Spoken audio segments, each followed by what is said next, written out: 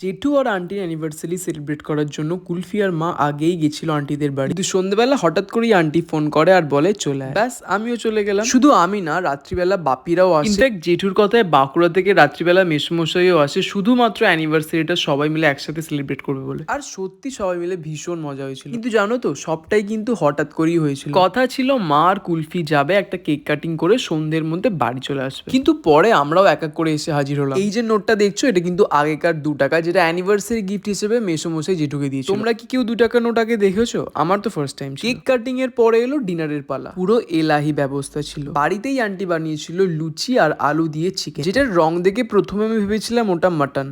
অনেক দিন পর এরকম ন্যাতানো লুচি দিয়ে মাংস খেলাম, জাস্ট অসাধারণ লাগলো। এছাড়াও বাইরে থেকে কেনা বিরিয়ানি আর চিকেন চাপও ছিল। খাওয়া দাওয়ার পর মাসি সীতাভোগ দিল, যেটা খেতে এত ভালো ছিল যে আমি আইসক্রিমটা খেয়ে আমার আর নিজের স্বাদ বদল করতে চাই। হাসি, গল্প, খাওয়া দাওয়ার মধ্যে দিয়ে সবাই মিলে একটা সুন্দর সময় কাটানো।